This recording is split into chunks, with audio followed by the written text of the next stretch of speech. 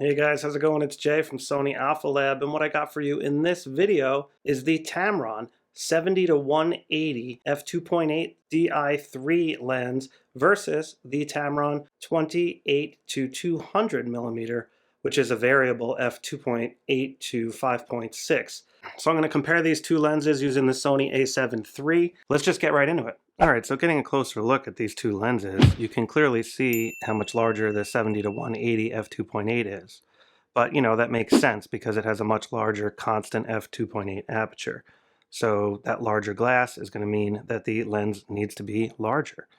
Now, as far as prices go, the 70-180 actually goes for about $1,200 US. It's significantly more than the 28-200, which goes for $70-30. Now, there's a few reasons why this 70-180 costs so much more. For starters, it has two VXD, which are voice coil extreme torque motors. So it has twin VXD motors in it. The 28-200 just has one RXD, rapid extra silent stepping drive motor is what Tamron calls it. In addition, the 70-180 has a better lens coating. It has the BBAR-G2 lens coating, which stands for broadband anti-reflective coating. So as far as aperture diaphragms go, we're looking at 7 rounded blade here on the 28-200, and there's a 9 rounded blade on the 70-180mm. Now, a couple other things I just wanted to go over. The 70-180 actually weighs in at about 1.8 pounds or 810 grams, whereas the 28-200 weighs in at about 1.27 pounds or 575 grams. So they're both reasonably lightweight considering the max aperture speeds and zoom. For reference, the Sony FE 70-200mm f2.8G M OSS lens goes for $2,398, and it weighs in at 3.26 pounds or 1,480 grams. Now, it does offer optical stabilization, which the Tamron lenses do not, but that is a lot more money and a lot more weight, and it's actually significantly larger as well, 77mm front filter thread. So that's a really lightweight for such a fast aperture mid telephoto to telephoto zoom range. And same thing with the 28-200. Now it has a max aperture of f2.8 at 28mm, which is really fast for an all-in-one type lens. Now the aperture does stop down as you zoom in, so when you're at 50mm it's going to be f3.5. At 100mm it works out to 4.5, and then at 200mm you're looking at f5.6. Now, of course, the 70-180 is going to be a constant f2.8 throughout the entire range. Now, if you're going to use these on an APS-C camera like the Sony a6600, for example, you're looking at 42 to 300mm equivalent on the 28-200, and you're looking at a 105 to 270mm equivalent on the 70-180. So as far as lens elements goes, the 28-200 has 18 elements in 14 groups, and the 70-180 has 19 elements and 14 groups. Now they're both comprised of high quality elements in there to cancel out any kind of chromatic aberration and distortion and stuff like that, but the 70-180 does have more higher quality elements inside, which again makes sense for the price point and the faster max aperture. Now, as far as minimum focus distance goes, these lenses are both outstanding performers. For the 28-200mm, you're looking at 7.5 inches for the minimum focus distance, and that's a really good magnification for macro photography. And on the 70-180, you're looking at 10.6 inches or 27 centimeters. Now, both lenses have fluorine lens coatings on the front element, which is basically just a water and oil repellent. So it makes it easier to clean the front lens element and much less likely for stuff to stick on it, like gook or whatever. So going over these lenses in hand real quick, let me just show you a little closer what we're looking at. So you have a nice lock lever here to lock the lens so it won't open on you, so it won't zoom out when you have that locked. You have a nice petal design lens hood here, nice pinch style lens cap, and then there's the front of the lens element, which is a 67mm filter thread, by the way. And I've been using these lenses now for like 3 weeks, so they are a little bit dusty. I apologize about that.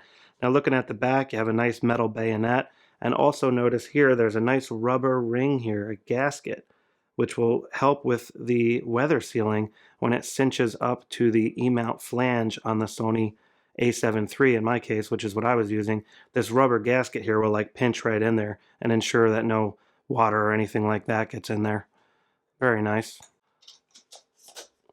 Now when zooming the 28-200, it takes quite a bit of effort to zoom this lens out of the box. Now, it's definitely a possibility that it'll loosen up over time, which I imagine it will, which is one of the reasons why Tamron included this lock switch. So when you have it closed and you're walking, for example, the lens won't creep open as you walk. That's what this lock switch is for, and that really is a nice feature. Now, as far as the focus ring goes, it feels pretty good on this lens. Not too much dampening, just a little bit. It's very smooth, but there's not as much dampening as I would like, so it's a little bit easier to turn. So it might be a little harder to fine-tune the autofocus. So let's show what the 70-180 looks like. And same setup here, basically, just has a larger lens. So the hood itself is a little bit bigger, but it's the same petal design. It's got the same pinch style lens hood here. And here's what the front element looks like, as you can see there. I'll just throw this on here, like so. Now when you zoom the 70-180, the zoom is much easier than the 28-200. It feels really good. And looking at the focus ring, now this ring is very dampened. It feels very good, nice and buttery. Has a nice amount of dampening to it, so it's harder to turn, and which makes it much easier to make precision, focus adjustments, in my opinion. So this is definitely a nicer focus ring, which makes sense. The lens costs significantly more. Now looking at the back, you also have that same rubber gasket and a nice metal lens bayonet there, lens mount. Back on. It also features the same lock switch here, as you can see. And then looking at the lenses here, let me just turn them so they're facing the same way, so you can see what they look like with the lens hood on there. Now, neither of these Tamron zoom lenses has optical stabilization built in, just so you know. So you're only going to get the sensor stabilization on the Sony E-mount cameras if you require stabilization. So that helped with both cost and size and weight. All right, so like I was saying, I was using these on the a7 III, so I just want to show you what the lenses look like mounted to the a7 III here. You just line up the white line here to the lens mount dot and click her on. So this is the 28-200 millimeter. And you can see it's a pretty large lens, but it's fairly lightweight, and it feels good in the hands on the a7 III for sure. You can see it zoomed out there. And here is the 70-180. And you can see, again, it's a pretty large lens. If I zoom it out, you can see how much it grows there. It still feels really good in the hand because it's such a lightweight telephoto zoom. All right, so moving on to the lab testing here. This was just a quick test with the 28-200 and quick zoom test. And then I did a focus throw basically after that. Just wanted to show you the zoom. And then trying to switch focus from the background to the quarter. This is how the lens behaved. And this is pretty much at the minimum focus distance and 200 millimeter. Now when I switched to the 70-180, I did the same thing. And the focus had a hard time coming back, I noticed. As long as I focused on the dollar, it was fine at 70 millimeter. I was able to do that, but then when I zoomed into 180, I was not able to focus on the background. I was able to focus on the quarter, but watch what happens when I try to hit the background. It just did this.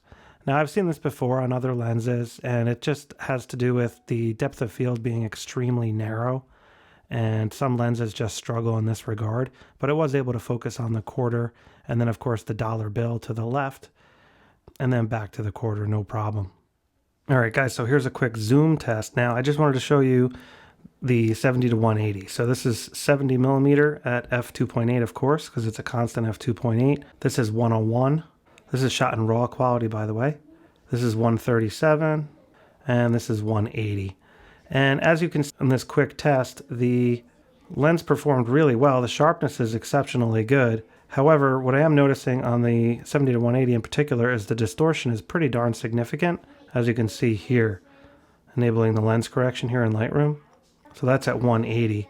Let me show you what we got at 70. So here at 70mm, there's not as much distortion. And then here at 100mm, there's a little bit. 137mm, a little bit there. Not too bad, but it is noticeable. You could see it on the crayons in the corner and the dollar bill, how it's stretching out. All right, so now just looking at the 28 to 200mm, you could notice obviously there's a huge range difference here because 28mm versus 70mm. So here's 28mm, and I'll just show you the distortion. It's really not much at all. Pretty significant vignetting though, which is the darkening in the corners. And then here we're looking at 35mm. A little bit of distortion there. And here we're looking at 50mm. Again, some pretty significant distortion, but nothing really that crazy.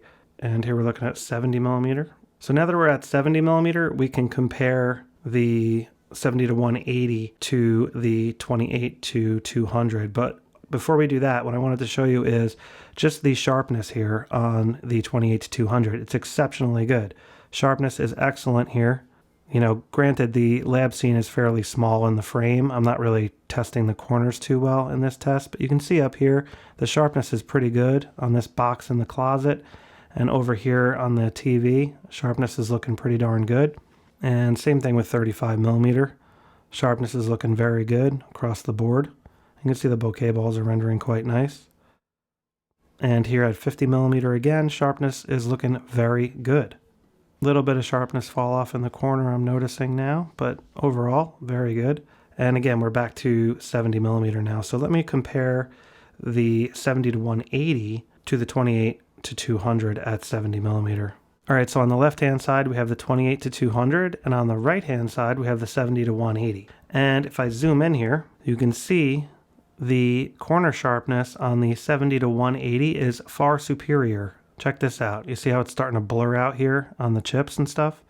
So that makes sense. I mean, the 70-180 is a lot more money, and it's got better lens elements in there as well. And it's not an all-in-one lens, so it's more of a limited zoom range, so you're going to get better quality in that regard in general. But it is noticeable here in the lab, which is what I wanted to illustrate to you guys. Now again, look at the background separation difference because we're dealing with an f4 situation here on the 28 to 200 because that's a variable zoom lens, and then we have a constant f2.8 on the 70-180.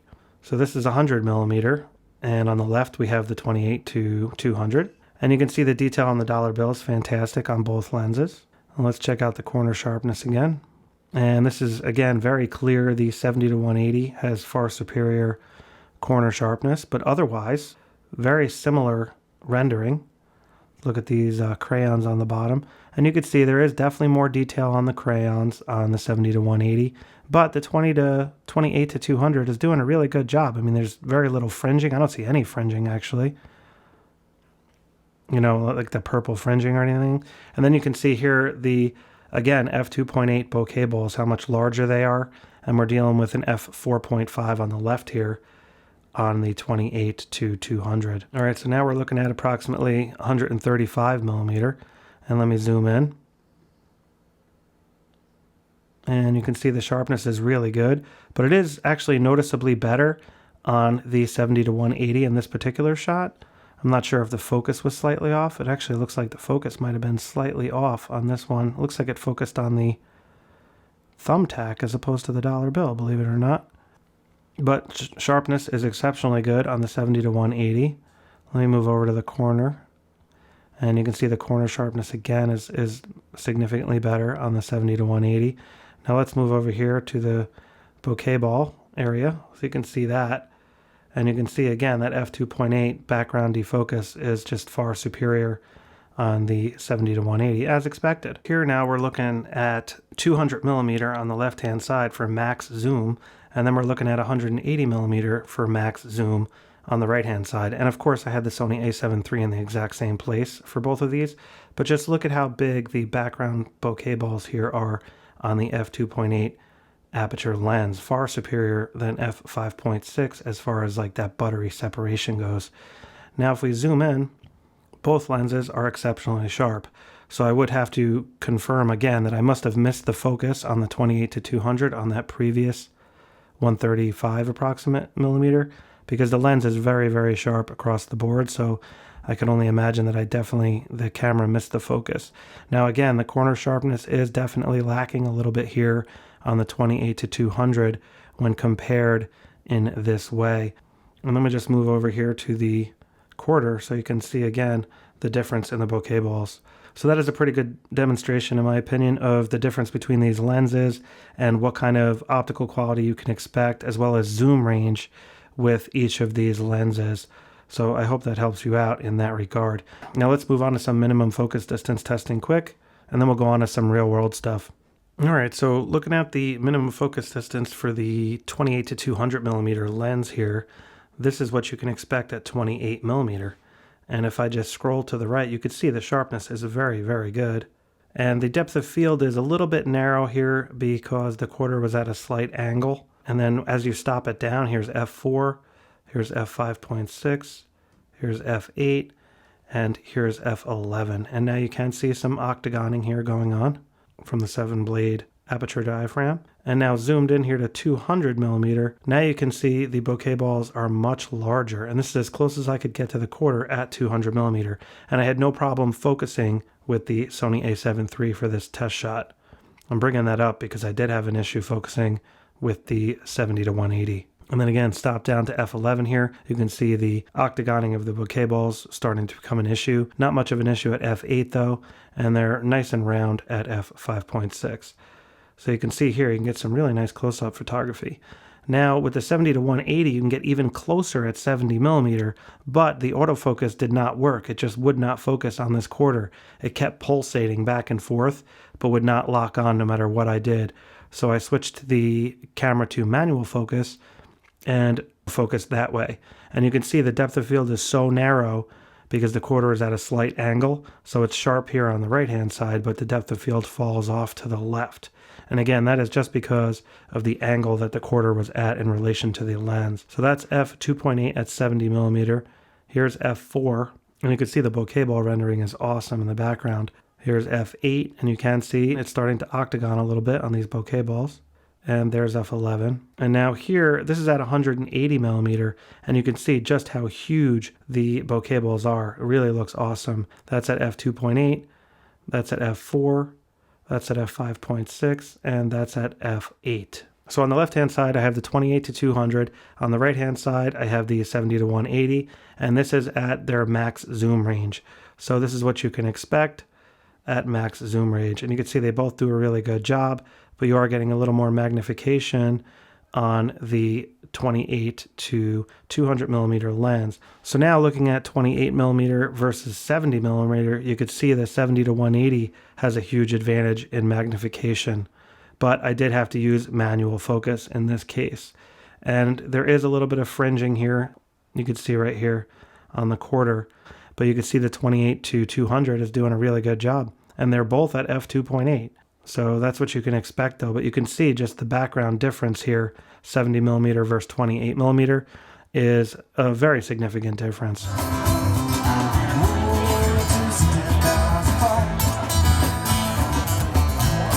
All right, so now I just wanted to compare a couple of real world photos that are in pretty much the same exact situation. So I was taking pictures of my friend's band the other day, and you can see on the left-hand side, we have the 28-200 at 200 millimeter. And we have on the right-hand side, we have the 70-180 at 180 millimeter. Now notice the ISO is at 100 on the f2.8 lens because of the faster aperture versus ISO 320. Now, overall, the images both look really good in my opinion, but you can see the contrast on the image on the left is just not quite as good as the 70-180 on the right. Now let me zoom in here and so we can get a closer look. And again, the focus is not quite as tack sharp. It looks like it actually focused on the microphone here as opposed to Brian's face. And on the right, you can see it did focus on Brian's face, but I can't really blame the lens on that. It just looks like the camera focused on the mic on the one on the left. But overall image quality is very good on both lenses. I would say if I nailed the focus, it would be a little more better of a comparison. Let me compare these two. All right, so now here we have another shot, and again, the 70-180 is on the right, and the 28-200 is on the left. And you could see, again, the background separation is much better on the 70-180 due to that faster aperture. So this is really what you get for that extra money, extra weight, and limited zoom range. And if you want this better background separation and crisper contrast, overall definitely slightly better sharpness in this scenario, the 70-180 is a little bit better. But that being said, the 28-200 looks really good as well. It's not like it looks horrible or anything, like it looks great. It's just when you're pixel peeping, you definitely can notice a difference. All right, so now just taking a couple of quick test shots of Layla with the lights in the background.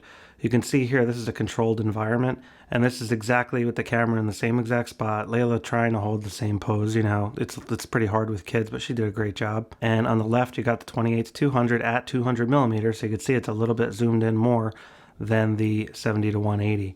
And you can see the background bokeh balls look much better on the 70-180. Contrast and everything looks pretty darn similar in this scenario. So what you're going to notice more than anything though is the noise, because at f5.6 the ISO needed to be at 4000 on the 28-200 millimeter.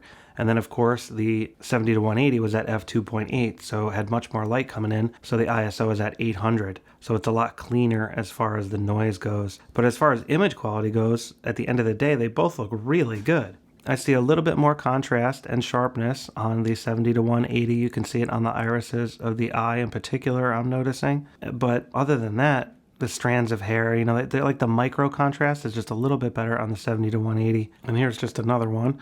I put the 28-200, I tried to put it at like 180, so it's actually at 175, but you can see now it's a little bit closer, and you can again see how much better the background separation is on the faster lens, the 70-180.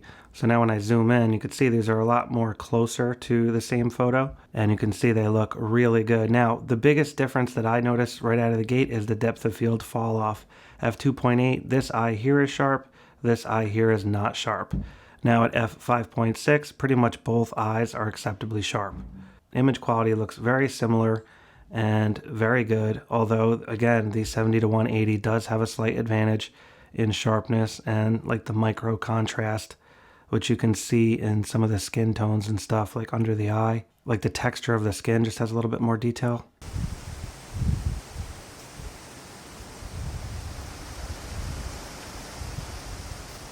All right, so here we are. I went hiking with the kids, and this is going to be the real-world sample photos for the 28-200 millimeter.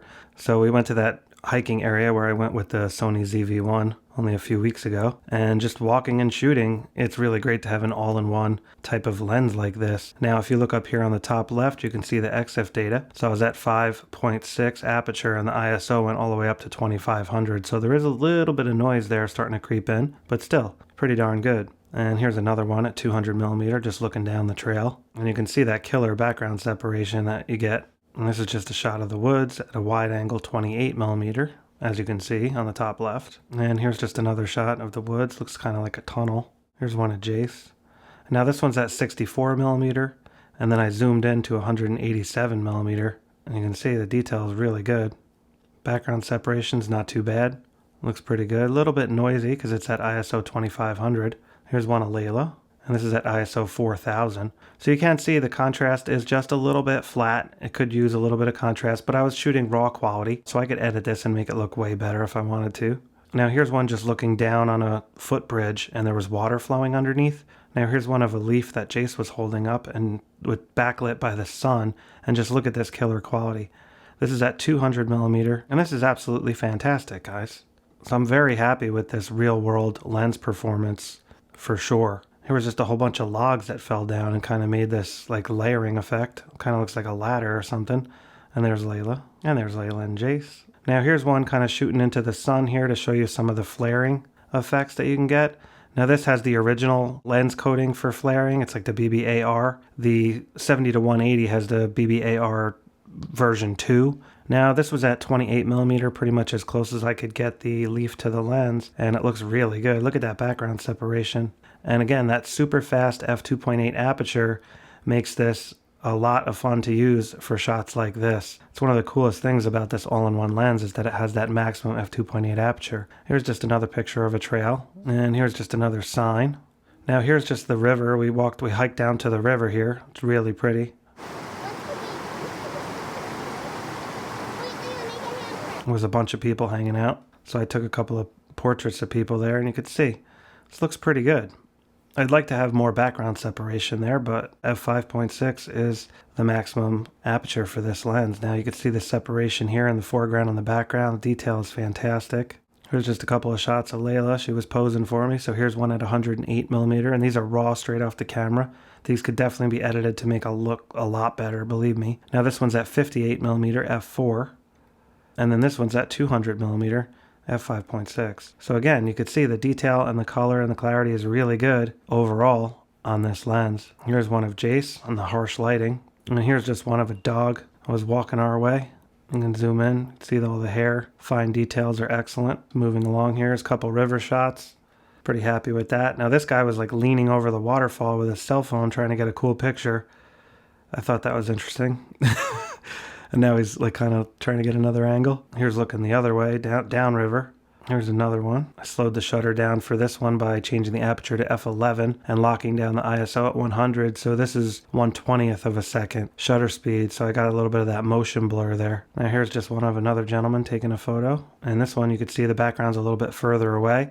So the background separation is pretty good. Now I have no idea what kind of camera this is. If you guys know what kind of camera this is, let me know in the comments below. I'm like looking at it, trying to figure it out. I'm just not sure. It has like a cage on it. So in any event, if you guys know, let me know. Here's just another one zoomed in at the water. I thought came out pretty cool. And another one looking upstream.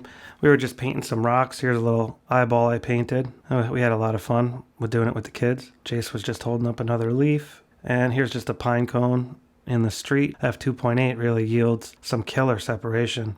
Now this is actually an HDR photo, so I combined 3 separate exposures to create this HDR photo, and you can see the image results on this image are absolutely killer in my opinion. I'm super happy with the way that this came out. The lighting was perfect, and 3 exposures combined, you can get some really good shots and dramatic results like this.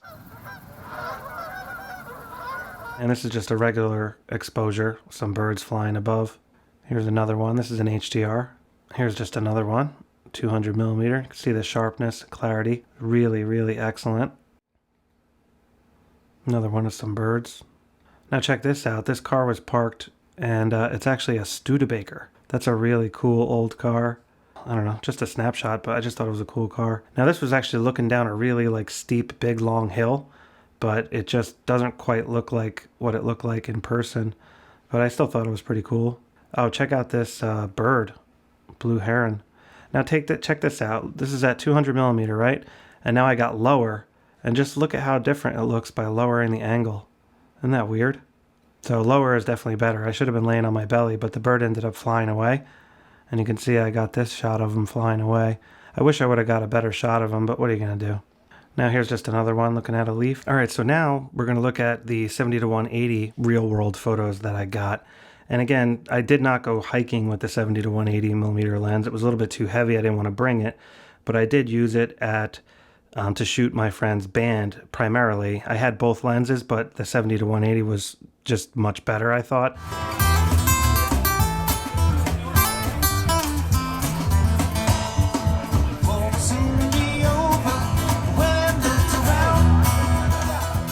So I pretty much just used that. So let me show you some of these pictures I got, and you can see just the killer separation, color, and clarity that this lens produces. This is a really high quality lens, and I would definitely rather have the 70-180mm lens for something like this. But in the real world, if I needed an all-in-one, I would obviously much rather have the 28-200 for that versatility. For band pictures and stuff like that, this lens is fantastic, and the faster aperture will allow you to get much cleaner images in lower light situations. It's just a better option in that regard if you're looking for the maximum possible quality and 3D pop with that background separation and stuff like that. I mean, that being said, you can absolutely, as you just saw, get killer pictures with the 28-200 as well. All right, so check out this unbelievable separation with this guitar. This one came out pretty cool. You see how the guitars are just crisscrossed there, and you can see just the separation and depth of field fall off. I love lenses like this.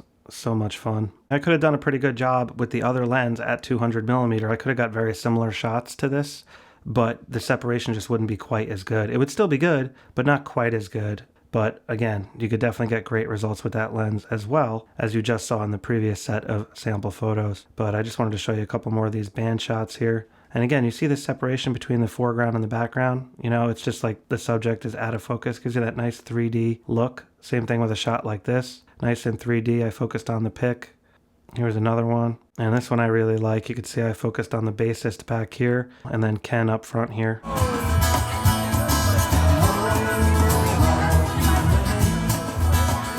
Job. This band is called Nailed Shut, by the way. And if you're ever in the New York area around Warwick and stuff like that, they're always playing. And they're really good. And this is my good friend Brian. I've been friends with him since I was a little kid. And again, just pretty much a lot of redundant shots here. This is really close to Brian. Now this guy was just an onlooker with a dog watching the show, and I thought this came out really good. He saw me too. He was like, "Hey, what are you doing?" Now these people were just happened to be posing with an iPhone. Somebody was taking a picture of them, and I just turned the camera and shot, and I got this guy nice and crisp. But again, that f2.8 aperture, the depth of field is so shallow, you could see she's not even sharp. I would have needed to be at like f8 probably for both of these people to be sharp. But I still thought it came out pretty good. They were just watching the band play. And just a couple more.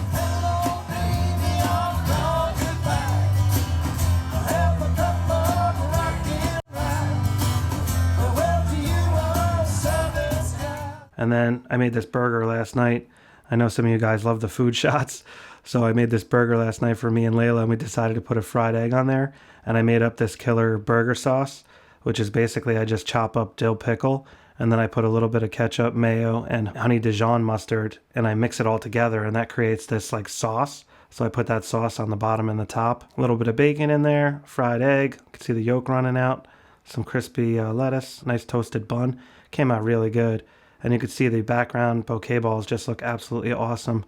Those like almond-shaped balls. All right, guys, so that pretty much wraps up this comparison review of the Tamron 28-200mm versus the Tamron 70-180mm lens. Now, I know they're clearly different lenses, but there's quite a few people out there, they're not really sure what to get, and they don't really know what that all-in-one versus like a more mid to telephoto range will get you, like what the difference is. So I really wanted to try to illustrate what that constant f2.8 aperture advantage gets you, and also the higher quality that the 70-180 yields over the 28-200.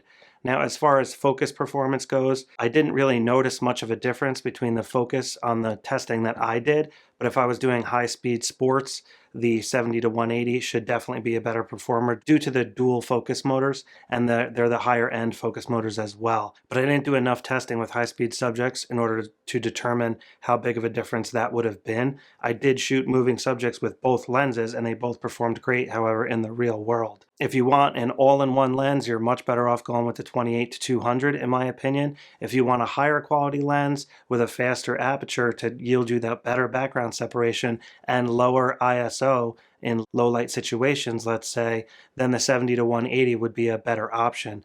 Now, if you can afford the difference in price, like I said, one's $7 and change and one's $1,200 approximately, there's quite a bit of a difference between cost. But if you're definitely all about the faster aperture, you could always get the Tamron 28-75 f2.8 lens and have that as a matching pair to the 70-180, and then your range is covered. Or if you're on a lower budget and you still want really good quality, you can go for the 28-200, which is just an all-in-one. You know, if you're traveling or something like that, the 28-200 would be a great option if you don't want to change lenses. If you don't mind changing lenses and you have the money, then of course, getting a couple of prime lenses or getting more specialty, shorter zoom range lenses as opposed to all-in-ones will yield you a faster aperture and ultimately better optical quality when it comes to like corner sharpness and micro contrast and things like that. So the Tamron 17-28 also has a constant f2.8 aperture, and that's going to be like an ultra wide angle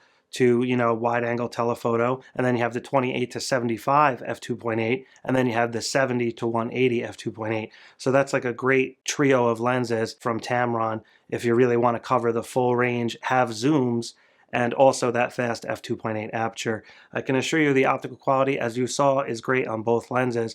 When I really did the comparison from A to B in the lab testing, you can definitely see where the 70-180 has an optical advantage in corner sharpness and things like that. But in the real world, both lenses performed quite good, although, of course, the 70-180 did offer the better background separation and lower ISO number due to the faster aperture. So that is pretty much what you're looking at when you're comparing two lenses like this. So I really hope you guys got what you were looking for in this review. It's something a little bit different. I know these lenses really aren't the same as far as comparing goes. So this was more for people that are on a lower level budget, let's say, and they're not really sure what to get and things like that. So that is it for this review. If you guys have any questions, please do me a favor, just ask below the video, and in the description area below the video, right below, you will see all the links to the gear that I used for this review and recommended accessories for both of these lenses and things like that. So do me a favor, please be sure to hit that subscribe button and that notification bell if you want to get emails when I come out with new videos. I will catch up with you guys next time. Have a great day and take care out there, all right?